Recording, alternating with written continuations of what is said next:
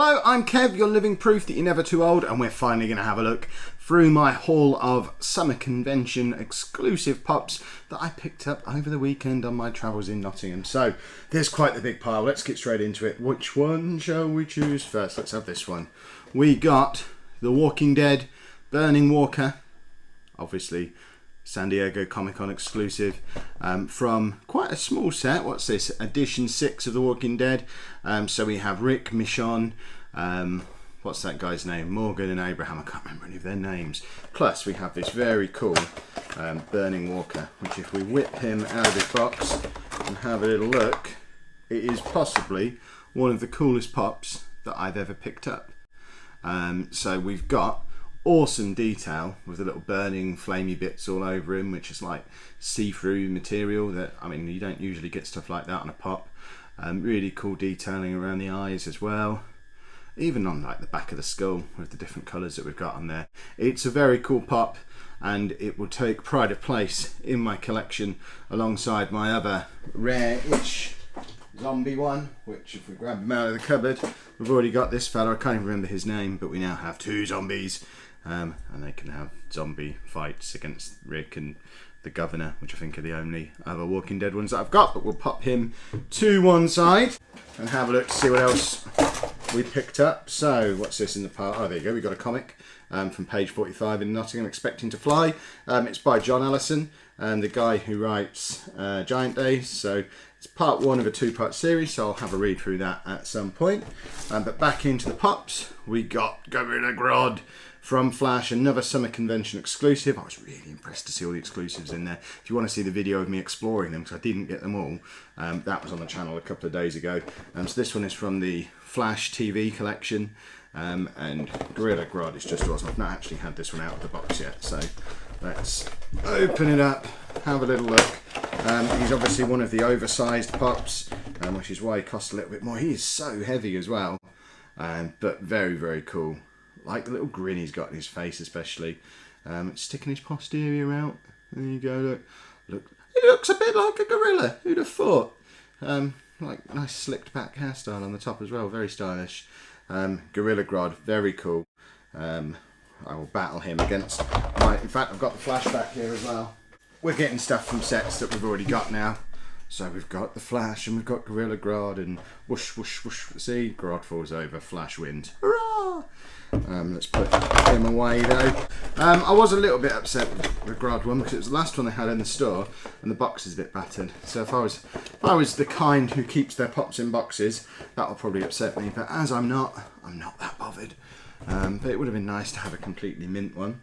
According to Pop Price Guide, the most valuable one that I picked up over the weekend was the Fenix Summer Convention exclusive, which I don't really understand because looking at the back of the box, it seems like it's just there is going to be a fairly standard Fenix as well, which seems to be valued even higher than that on Pop Price Guide at the moment. So I assume there's going to be a few more of these released. But this is the one with Marcus and the gold chainsaw that was part of a 1,000-piece exclusive release for the summer conventions. He's holding a locust head in his hand there as well, which is very, very cool.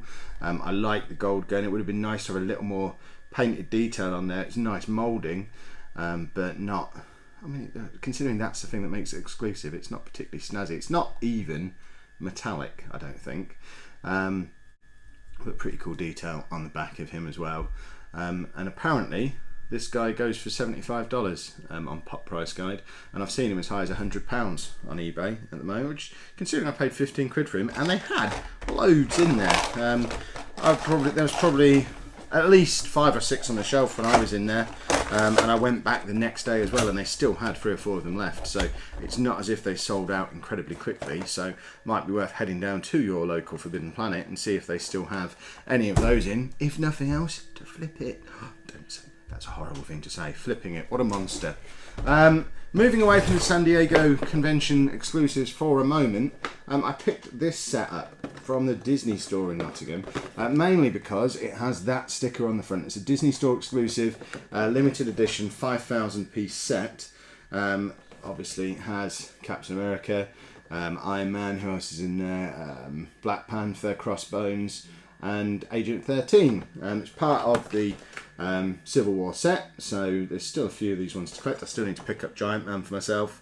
I already had Black Panther, so he'll probably go on eBay. I've already got Winter Soldier from that set as well, and I've got the Cap and Iron Man set that came with the Marvel Collector's Course. So I'm close to finishing off my Civil War collection, but picked it up mainly because of the exclusive sticker that was on there. Came home to find out that apparently it's worth $125. Picked it up for 50 quid. So again, I know for a fact it's currently still available in the Nottingham and the Manchester Disney stores. So again, if you're into picking something up that's going to immediately increase in value, head into your local Disney store, pick up this set, keep hold of it for a little while. The sticker peels off a little bit, which is unfortunate. I'm not going to get all these ones out of the boxes because they're fairly standard Civil War pops. We've all seen all of these. There's nothing special in there. It's just the fact that they're in a box together, which makes it unique and a little bit more valuable, which is not to be sniffed at. Right, so back into the summer convention exclusives. We've got Malcom Merlyn from Arrow. I remember seeing the pictures on Twitter of John Barrowman posing with this one, thinking I need that one. I've got the whole Arrow set, apart from the new Green Arrow and the new Oliver Queen, which are both on pre-order with Pop in a Box at the moment. I've got Speedy sat there behind me somewhere. I've also got Speedy with a sword on the way for Pop in a Box, which is one of the other exclusives. But obviously, as an avid Arrow collector, I have to maintain my collection of exclusive pops. So we've got the Malcom Merlyn one as well. He can take pride of place on my shelf,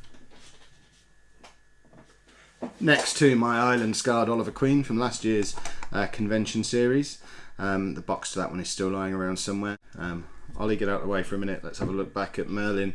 Very cool detail on the bow and on the armour. It's just a cool little pop. Would have been nice to have a variant of this with the hood and the mask. I don't know if that's something they're going to explore at some point. I kind of had expected this to be a standard issue one and then perhaps do a masked one as the convention exclusive, but maybe they're going to go the other way around and we'll get a standard release of a masked one at some point, because I quite like one of those for the collection as well. But as far as I know, it doesn't exist at the moment. And then the last of my summer convention exclusives that I picked up this weekend, we've got Olivia Moore from iZombie. There are two of these apparently, one with glasses, one without. I have the Sans Glasses edition. I've only watched the first 6 or 7 episodes of iZombie and I've never read any of the comics. But it is a pretty cool show, and once I get caught up on all my other stuff, I'm behind on Arrow and Flash and all sorts, I will definitely go back to it. But it's a cool character and a very cool looking pop. Real good detail on the body there, which I don't know if you can see. Hopefully I'm doing the swirly thing as well and you can see it on there. But it's just a really cool pop from a cool show, and yeah, had to add it to the pile. So all in all, a very successful trip to Forbidden Planet in Nottingham. As far as I know, all the Forbidden Planets have got this stuff in at the moment, or at least they did over the weekend. So if you want to catch yourself some of the summer convention exclusive pops, you are in the UK and you don't want to spend extortionate eBay prices, head yourself down to your local Forbidden Planet sooner rather than later. They were selling like hotcakes while I was in there. But I'm pretty impressed with my little haul there. Let me know in the comments which one of those is your favourite, or which ones I should have got that I maybe missed out on. You can see from the other video the ones that were also there. There was the Harry Potter ones and Strawberry Shortcake and all sorts that I didn't manage to buy because I was already spending too much money. But let me know which ones you've picked up from the summer convention collection. If you've enjoyed that video, make sure you pop a like on there for me, subscribe to the channel if you'd like to see more, and thank you very much for watching.